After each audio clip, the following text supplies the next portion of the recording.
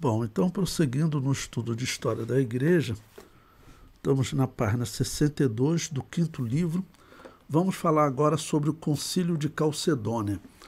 Bom, o ano que nós estamos estudando, o ano 451, lembre-se, são cerca de 130 anos depois que Constantino organizou a Igreja Católica. Nesse período, eu tenho mostrado para vocês, ela já era uma igreja totalmente desviada, com crença em purgatório, um monte de heresia já era uma igreja totalmente separada. Quem acredita na doutrina evangélica como nós acreditamos, o que esses bispos aprovavam, o que eles pregavam é totalmente diferente. E no Concílio de Calcedônia, nós temos uma confirmação das doutrinas católicas e entre elas o destaque para a questão da morte de Deus na cruz, que os católicos romanos queriam tanto defender, e até hoje defendem, católicos, protestantes, reformados, todos eles defendem. Então, esse concílio de Calcedônia, ele é também considerado um concílio importante na história, por isso eu coloquei ele aí para vocês. Bom, este concílio é chamado de Quarto Concílio Ecumênico pelos católicos. Este concílio é o momento que a Igreja Católica Romana oficializa a doutrina da morte de Deus na cruz. O concílio afirmou. Bom, eu coloco uma citação aí da Enciclopédia Histórico-Teológica da Igreja Cristã, que ela comenta sobre essa afirmação. Como eu digo para vocês, eu gosto sempre de mostrar textos de historiadores para nós depois podermos analisar. Okay? O que os historiadores, alguns que viveram lá na época, outros na história, escreveram. Bom, então essa enciclopédia, ela descreve como foi o concílio. Ela diz: Cristo é o eterno Filho de Deus que se fez conhecer em duas naturezas, sem confusão, ou seja, mistura, imutável, indivisível, sem separação, sendo as diferenças entre as naturezas de maneira nenhuma removidas por causa da união, mas as propriedades de cada natureza sendo preservadas e aglutinadas em uma prosopon, em uma pessoa. Isso aqui é que eu vou explicar para vocês o que significa você acreditar que a humanidade e a divindade se uniram em uma só pessoa. Essa é uma doutrina que ela vem desde a época de Orígenes. Eu tenho falado sobre essa doutrina para vocês, né? De que a divindade e a humanidade de Jesus teria se unido em uma só pessoa. Esse concílio aqui, o que esse historiador está falando é que esse concílio ele vai dar um veredito para essa questão. Qualquer um que não aceitar dizer que Deus morreu na cruz, ele vai ser considerado herege também. Então, por isso, esse concílio, que é um concílio católico, o natural seria, a partir de agora, nós praticamente deixarmos a história da Igreja Católica de lado. Só que nós temos dois problemas. Primeiro que o número, por exemplo, de nomes de pastores, de igrejas, das igrejas anabatistas, é coisa muito rara, porque nesse período a perseguição, olha, estamos no ano 451, a perseguição então começou no ano 411, quando Agostinho de Hipona conseguiu transformar as igrejas anabatistas em hereges. Então ela podia ser perseguida pelo Império Romano. Até 411, eles eram considerados apenas cismáticos, ok? Então, são 40 anos de perseguição.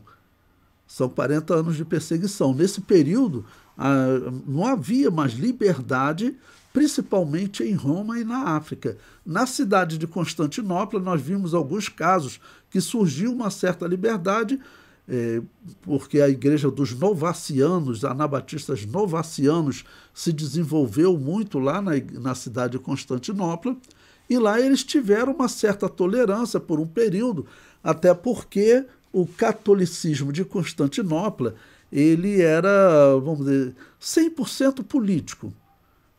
O catolicismo de Roma, ele não é 100% político, ele tem uma religião específica, ele tem uma ligação especial com aquela religião antiga. o catolicismo romano, por isso ele vai ser diferente do catolicismo ortodoxo. Até hoje, eles são um grupo político. Eu vou mostrar textos aí, faz parte desse período da história, porque as igrejas católica, romana e ortodoxa, elas estão se separando. Elas estão se separando. Tem imperadores de Constantinopla que eles não concordam com determinadas doutrinas. Uma delas é as imagens de escultura. Então, por isso, eles vão se separando até depois se separar definitivamente. Quando chega próximo do ano 1000, eles se separam totalmente, inclusive se excomungam, e foi o Papa Francisco agora que conseguiu fazer uma união, se perdoarem, né? Porque o bispo de ortodoxo, ele decretou que todos os católicos romanos iam ficar com a alma deles no purgatório. E o bispo de Roma, chamado de Papa, decretou que todos aqueles que eram ligados à Igreja Católica Ortodoxa, as suas almas também ficariam no purgatório, desde o ano 1000, próximo do ano 1000 que eles fizeram isso, né? E foi só agora, quase cerca de 1000 anos depois, que o Papa Francisco conseguiu unir, nesse projeto dele de unir todas as religiões. Bom, então eu parei explicando para vocês o que significa você dizer que a humanidade e a divindade uniram-se em uma só pessoa. São dois resultados. São dois resultados. O primeiro resultado é você dizer que Jesus Cristo, como Deus, no deserto foi tentado pelo mal, quando a Bíblia diz que Deus não pode ser tentado pelo mal. Isso é o resultado dessa interpretação. E não sou eu que estou falando, não. Eu digo, quem elaborou essa doutrina, Orígenes de Alexandria, e os católicos e protestantes reformados que seguem, eles acreditam realmente assim. Ok? Eles acreditam realmente assim. Qual o resultado de você defender que é uma só pessoa? Significa que lá no deserto você não pode dizer que Jesus, o homem, foi tentado, mas Jesus, Deus, não foi tentado. Você não pode dizer isso. Então, ele diz, se é uma só pessoa, então tudo que aconteceu com o homem aconteceu com Deus. Ou seja, Deus também foi tentado pelo mal no deserto. Isso foi até defendido na nossa revista de escola dominical, na lição 9 do segundo trimestre. Foi defendido exatamente isso, que Jesus Cristo, como Deus, também foi tentado pelo mal. De onde que vem isso? A confirmação vem desse concílio de Calcedônia. Tanto que, se você pegar na declaração de fé da Assembleia de Deus, você vai encontrar esse texto do concílio de Calcedônia. Tá ok? E acaba que isso vai influenciando, tá bom? Então, isso significa, né, que ele, então, a parte humana e a parte divina uniram-se e formou-se uma só pessoa. É claro que nós não temos como responder isso, mas esse concílio de católicos afirmavam isso, e quem não concordar será jogado na fogueira. Lembre-se, quem foi o homem que criou essa heresia? O mesmo que defendia a salvação da alma do diabo, Orígenes de Alexandria. Era um extremo herege. Então foi ele o primeiro a inventar de explicar como foi a união da humanidade e da divindade, que é claro que nós não temos como responder isso. Vamos considerar que é elementar. Se eu for responder, eu vou inventar alguma coisa. Mas na história nós encontramos pessoas, e Orígenes é um deles, que ele faz o seguinte, ele vai na resposta além da Bíblia, e para afirmar doutrinas, porque essa é uma doutrina que, veja, está sendo afirmada, já Orígenes viveu nos anos 200, tá bom? Ela está sendo afirmada agora, 250 anos depois, ela vinha sendo discutida, mas a partir de agora ela não poderá mais ser discutida. Eles não poderão discordar dessa doutrina. Quem discordar é considerado herege.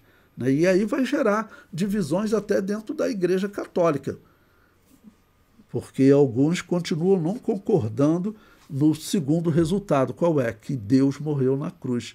Porque se é uma só pessoa, tudo que acontece com o homem acontece com Deus. Por isso Deus foi tentado pelo mal no deserto. Eles dizem, e na cruz Deus morreu. Isso tem historiadores católicos que escrevem, né, reclamando que os anabatistas criticavam eles por eles defenderem que Deus morreu. Tá bom? Bom, então, o texto diz que elas estão unidas em uma só pessoa, e prossegue o texto.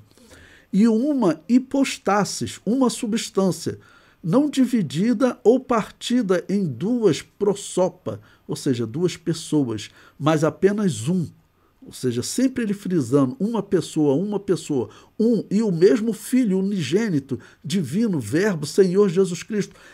Esse monte de coisas que ele falou aqui é para você não tensionar em um ponto. Qual é? O resultado da união da divindade, da humanidade em uma só pessoa. Ele coloca mais um monte de coisas, mas você pode esquecer tudo mais. A heresia que a Igreja Católica quer inserir na história, e se nós assumirmos, por exemplo, que a nossa origem é da Igreja Católica, nós temos que, por exemplo, assumir essa doutrina aqui, porque, vamos dizer, era a Igreja de Jesus que estava estabelecendo essa doutrina, essa heresia. Então, a doutrina que a Igreja de Roma quer estabelecer é que Deus morreu na cruz. Só que eles não falam isso. A discussão aparece em torno de outras coisas, dizendo o seguinte, que a união da humanidade e da divindade foi em uma só pessoa. Eles não colocam o resultado aqui, mas na história nós sabemos qual o resultado de você pregar que é uma só pessoa. Eles mesmos dizem isso. O resultado são dois. Jesus Cristo como homem foi tentado no deserto, mas Jesus Cristo como Deus também foi tentado, contradizendo a Bíblia que diz que Deus não pode ser tentado pelo mal. E o segundo resultado é dizer que Deus morreu na cruz. Então você viu que eles falam uma série de coisas, mas o alvo é essa heresia. E como eu disse para vocês, a Assembleia de Deus já está pregando a primeira heresia, que Jesus Cristo como Deus foi tentado no deserto. Você começa a pregar heresia, isso é uma heresia pequenininha, professor, mas é heresia. Ele não pode ter sido tentado como Deus no deserto, porque Deus não pode ser tentado pelo mal. Então, aqui eles colocam essa heresia, e como eu disse, isso está também na nossa declaração de fé e saiu na nossa revista de escola dominical, a defesa dessa heresia, né? Bom, ainda a enciclopédia prossegue, ainda na página 63. As atitudes finais deste concílio, Calcedônia, em 451, incluíram a condenação de Nestório, as excomunhões de João de Antioquia e Teodoreto de Cirro, bem como seus seguidores, e a proscrição de qualquer outro credo, exceto de Nicéia. Bom, com a exclusão do católico Nestório, todos esses eram católicos, acreditavam em purgatório, faziam invocação ao mundo dos mortos, mas aqui eu estou mostrando para vocês uma divisão dentro do catolicismo, Nesse período, teoricamente, o catolicismo romano é o mesmo de Constantinopla, mas, como eu mostrei para vocês, teve imperadores que eles adotaram o arianismo, que nunca aconteceu em Roma, né? Então, a igreja de Constantinopla teve período que ela se tornou ariana. Então, eles tinham essas diferenças, mas oficialmente era um católico romano. Nestório, ele era um que discordava, por exemplo, de chamar Maria de mãe de Deus. Ele era um católico romano, mas ele fala assim, você não pode chamar ela de mãe de Deus, porque Deus não nasceu. É uma questão, né, vamos dizer, de raciocínio lógico. Então, repetindo, ele é um católico, Nestório é um católico romano, não é um cristão, mas ele é condenado por ele não aceitar o título de mãe de Deus para Maria. E esse título, eu mostrei para vocês, era essencial para a Igreja Católica ser realmente aquela religião pagã antiga, porque o culto da religião antiga, aquele paganismo que dominava Roma, Grécia, é sabido que era uma religião só, tá bom? Todo aquele culto girava em torno da deusa mãe. Foi o que eu mostrei para vocês na aula passada. Todo aquele culto girava em torno da deusa mãe. Então, nesse período, a Igreja Católica quer oficializar que é Maria como mãe de Deus, desde o ano 431, ou seja, 20 anos antes, quando eles fizeram o concílio de Éfeso e colocaram Maria como mãe de Deus, colocando nela o título de Diana dos Efésios. E onde que foi feito o concílio? Em Éfeso. Então, o homem que lá discordou, o católico romano, estou falando de uma discordância dentro do catolicismo nestório, ele foi condenado aqui nesse momento. Então você veja que são doutrinas que claramente nós olhamos para a história, sabemos que é a doutrina do paganismo, que a Igreja Católica adotou do paganismo. Se nós dissermos que nós saímos dessa igreja, isso é o fim. Nós saímos de uma igreja que estava praticando paganismo, desde Constantino. Tanto que eu já falei para vocês e repito, depois eu vou mostrar textos para vocês. Nós vamos chegar no momento que Calvino vai ter que explicar esse negócio de purgatório na igreja. Ele vai dizer, isso aí é paganismo, porque está bem claro na Bíblia que esse negócio de invocação ao mundo dos mortos é paganismo. E aí questionam ele, mas como explicar que a igreja de Jesus sempre praticou a crença no purgatório? Aí ele diz, olha, eu não sei explicar, mas isso é paganismo. Ou seja, nós estamos diante do mesmo desafio de Calvino. Ou nós falamos como Calvino, que a igreja de Jesus estava praticando paganismo desde Constantino, ou seja, há 1200 anos, e Calvino salvou ela, tirou o paganismo dela.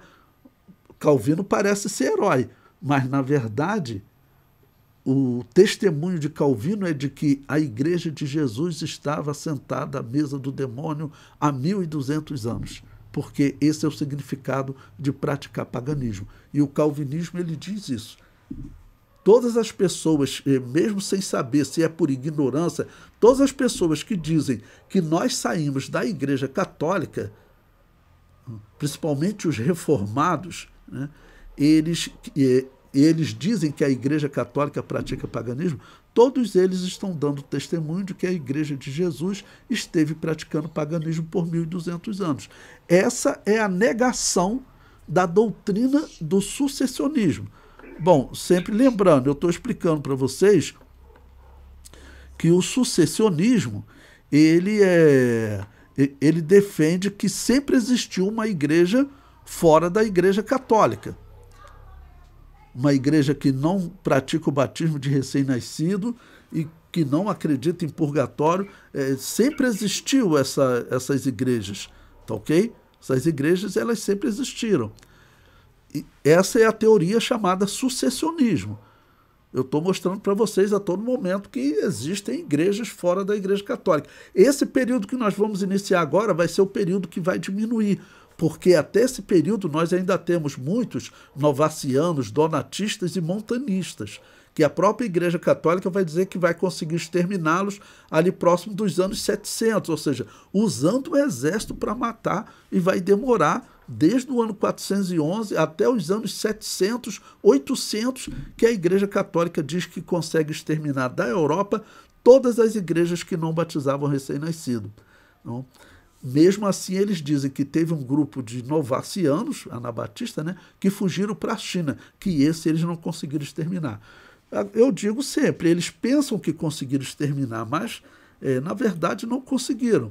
Né? Todas as igrejas evangélicas, como a Assembleia de Deus, hoje, essas igrejas, elas mantêm uma história ligada a igrejas anabatistas, que são os novacianos, donatistas, montanistas e muitos outros. Tá ok? Bom, eu prossigo no comentário, ainda na página 63. Este concílio confirmou que a parte humana e a parte divina de Jesus Cristo estavam unidas de maneira tal que na cruz morreu o homem e também morreu Deus. Essa doutrina foi chamada de união hipostática. As igrejas católica copta e católica ortodoxa se separaram da Igreja Católica Romana como resultado das doutrinas aprovadas neste concílio. Uma pausa aqui para explicar a vocês. A Igreja Católica Copta é a Igreja de Alexandria. Nós estamos estudando na história, nesses últimos 300 anos, né, desde Orígenes, a Igreja de Roma era uma grande igreja, era uma grande cidade, certamente era uma igreja bem grande. A igreja de Alexandria também era uma grande cidade, certamente era uma igreja bem grande, ok? E a igreja de Constantinopla, depois de Constantino. E essas três igrejas é que se dividem nessas igrejas, católica copta, católica ortodoxa e católica romana. Então, essa necessidade dos católicos romanos estabelecerem essa doutrina de ser uma só pessoa para pregar que Deus morreu na cruz, isso causa até uma divisão. A história diz que a Igreja Católica Copta, eles não concordaram. Então, hoje, eles são totalmente separados dos católicos romanos. Quando que eles fizeram essa separação? Foi exatamente nesse Concílio de Calcedônia, por conta dessa doutrina. O comentário prossegue. As igrejas que discordaram deste concílio foram chamadas de monofisistas. Uma primeira corrente monofisista, chamada eutiquianismo, fundada por Eutiques de Constantinopla, que viveu de 375 a 454, defendia que as naturezas divina e humana foram fundidas em uma nova natureza, única. A natureza humana, diziam eles, era como uma gota de mel no mar, simplesmente desaparecia. Uma segunda corrente monofisista, chamada apolinarismo, defendia que Jesus Cristo possuía um princípio de vida humana, mas o Logos, Jesus Cristo, havia tomado o princípio pensante ou razão do homem. Vocês viram quanta invenção você colocar, vamos dizer, isso como uma questão doutrinária. Porque você pode debater teologicamente, vou debater isso aqui, você vai chegar a um denominador comum? É claro que não, porque não tem como você confirmar isso. Okay? Como um fala de da natureza divina humana, diz que eles foram fundidas em uma nova natureza única. De onde ele tirou essa nova natureza? Qual parte da Bíblia? Ou seja, você pegar uma questão doutrinária importante e você se fundamentar numa questão filosófica. Mas por quê? Orígenes de Alexandria, que é o criador de todo esse problema, né? Ele era o quê? Na verdade, ele era um filósofo. Além de ter tido aquele problema de ter sido preso e acabar por não morrer, ser solto, talvez ele tenha acabado por negar a fé pelas heresias que ele pregou, provavelmente acabou negando a fé. Mas foi ele que inventou toda essa heresia. Foi ele que inventou a heresia da salvação da alma do diabo.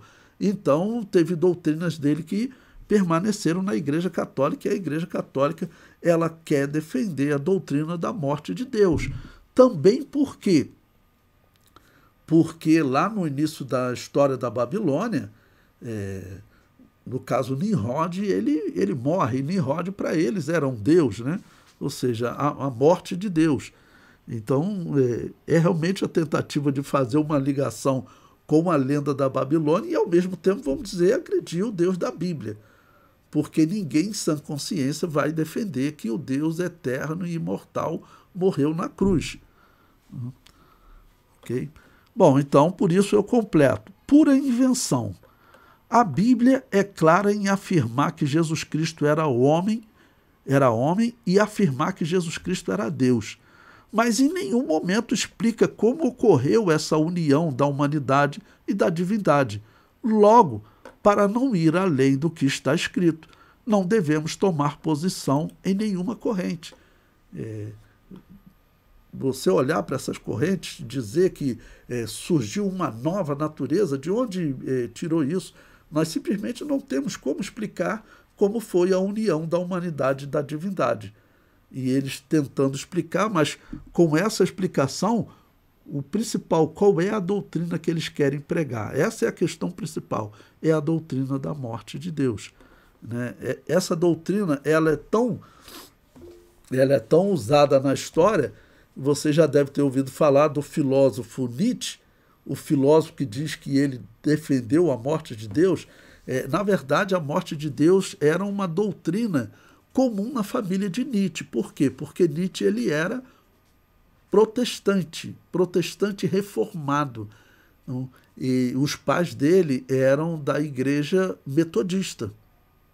A igreja metodista, ela depois se dividiu também na metodista wesleyana, nós vamos estudar também sobre isso, né? Mas a igreja metodista em si, ela é uma igreja reformada. Tudo que você pensar de heresia de Calvino, você tem na igreja metodista. Ok? Toda a doutrina da salvação de Calvino, tudo você tem na igreja metodista.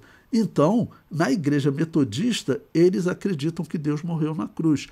Os pais do filósofo Nietzsche, os pais dele eram bispos da igreja metodista. Ok? E isso, muito provavelmente, influenciou esse pensamento de Nietzsche, né? Falar da morte de Deus.